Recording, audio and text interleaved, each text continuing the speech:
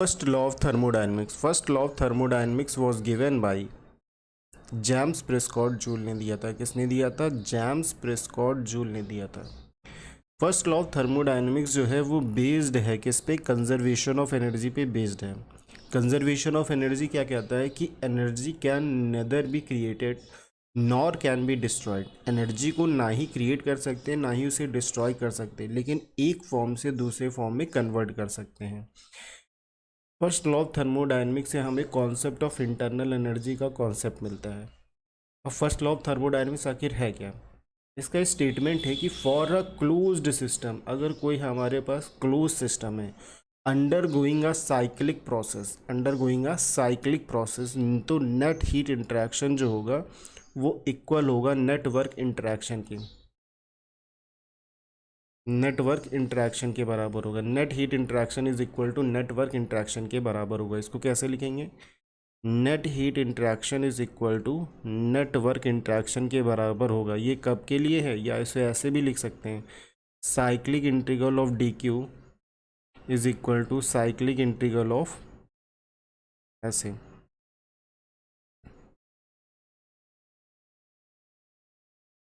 Cyclic integral का मतलब है पूरे साइकिल के लिए देख रहे हैं। जैसे ये हमारे पास मान लो पीवी डायग्राम है और यहाँ से एक स्टेट ये है, एक स्टेट 1 है, एक स्टेट 2 है। ये 1 से 2 आया, 2 से 3 आया, 2 से फिर से 1 चला गया, तो ये एक हमारी साइकिल बन गई। तो इसमें कुछ हीट इंटरेक्शन हुआ, कुछ वर्क इंटरेक्शन हुआ, इसमें भी कुछ हीट इंटरेक्शन हुआ, कुछ वर्क इंटरेक्शन हुआ। हीट इंटरेक्शन कुछ Q1 हुआ, मान लो वर्क इंटरेक्शन W1 हुआ, Q2 हुआ, वर्क इंटरेक्शन W2 हुआ। तो फर्स्ट लॉ ऑफ थर्मोडायनेमिक्स क्या कहता है कि क्लोज सिस्टम होना चाहिए और वो साइक्लिक प्रोसेस में है, तो नेट हीट इंटरेक्शन, जितना नेट हीट इंटरेक्शन हुआ वो नेटवर्क इंटरेक्शन दोनों ही इक्वल होंगे। ये कब वैलिड है? It is valid for cyclic process के लिए। लेकिन फॉर अ प्रोसेस, अगर कोई प्रोसेस है तो उसके लिए हाँ फर्स्ट लॉ ऑफ थर्मोडायनेमिक्स क्या होता है? Del Q equal to D E plus del W, ऐसे लिख दें, डेल डब्लू। या इसे आप लोग ऐसे भी लिखते होंगे, D Q equal to D E plus D W. ये डी के ऊपर ऐसे कट क्यों कर दिया? क्योंकि ये क्या है, इनएग्जैक्ट डिफरेंशियल है, ये प्रॉपर्टीज़ नहीं है, तो इसको ऐसे डिनोट किया जाता है। ये क्या है? First law of thermodynamics for a process. इसके लिए है first law of thermodynamics for a process. इसके लिए क्या कंडीशन है? क्लोज सिस्टम होना चाहिए और कोई भी प्रोसेस हो सकती है, चाहे वो रिवर्सिबल प्रोसेस हो चाहे वो इरिवर्सिबल प्रोसेस हो, this is valid.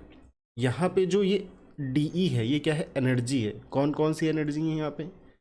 Kinetic energy plus potential energy plus internal energy. क्या है? Kinetic energy, potential energy and internal energy. और यहाँ पे डी डब्ल्यू, ये जो वर्क है ये कौन कौन सा वर्क है? इलेक्ट्रिकल वर्क भी हो सकता है, सॉफ्ट वर्क भी हो सकता है एंड डिस्प्लेसमेंट वर्क भी हो सकता है। क्या हो सकता है? Displacement work. जनरली 3 प्रकार के वर्क देखने को मिलते हैं। लेकिन इसी में अगर हमने एजम्पशंस मान लिया, क्या एजम्पशंस मान लिया कि हमारा स्टेशनरी सिस्टम है। स्टेशनरी सिस्टम का मतलब है, मान लो ये हमारा सिस्टम है, ये सिस्टम रुका हुआ है मतलब इसमें काइनेटिक एनर्जी क्या माना हमने? 0 है, और पोटेंशियल एनर्जी क्या है? 0 है। तो इसे क्या कहते हैं? स्टेशनरी सिस्टम कहते हैं। क्या कहते हैं? Stationery system. ऐसा सिस्टम जिसके अंदर चेंज इन काइनेटिक एनर्जी, क्या चेंज इन काइनेटिक एनर्जी माना है, change in kinetic energy and change in potential energy दोनों 0 हों, तो उसे क्या कहते हैं? स्टेशनरी सिस्टम कहते हैं। सिंपल कंप्रेसिबल सिस्टम मतलब क्या होता है कि ये जो इलेक्ट्रिकल और ये जो सॉफ्ट वर्क आया है ये 0 है।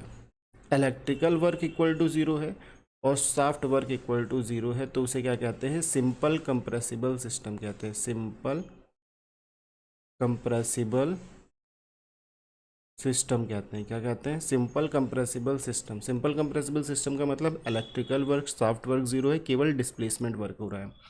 तो यहाँ पे हमारे पास आ जाएगा डी क्यू इक्वल टू यहाँ पे हमने माना है change in kinetic energy, change in potential energy क्या है, ज़ीरो है।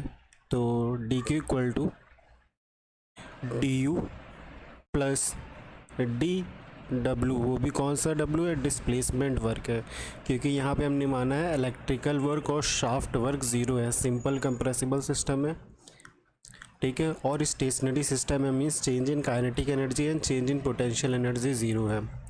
और वी नो डैट, हमें पता है कि जो डिस्प्लेसमेंट वर्क होता है, डिस्प्लेसमेंट वर्क जो होता है for a close system, D W equal to होता है पी डी वी के इक्वल होता है। ये किसके लिए है, क्लोज सिस्टम के लिए और रिवर्सिबल प्रोसेस के लिए। किसके लिए, क्लोज सिस्टम और रिवर्सिबल प्रोसेस। सो यहाँ पे आ जाएगा D Q equal to D U plus P D V. This is the first law of thermodynamics for a close system और प्रोसेस के लिए है। इसके लिए क्लोज सिस्टम और प्रोसेस के लिए। यहाँ पे अजम्पशंस क्या है, हमारा क्लोज सिस्टम होना चाहिए, रिवर्सिबल प्रोसेस होनी चाहिए, स्टेशनरी सिस्टम होना चाहिए एंड सिंपल कंप्रेसिबल सिस्टम होना चाहिए। Okay, D Q equal to D U plus P D V. Thank you.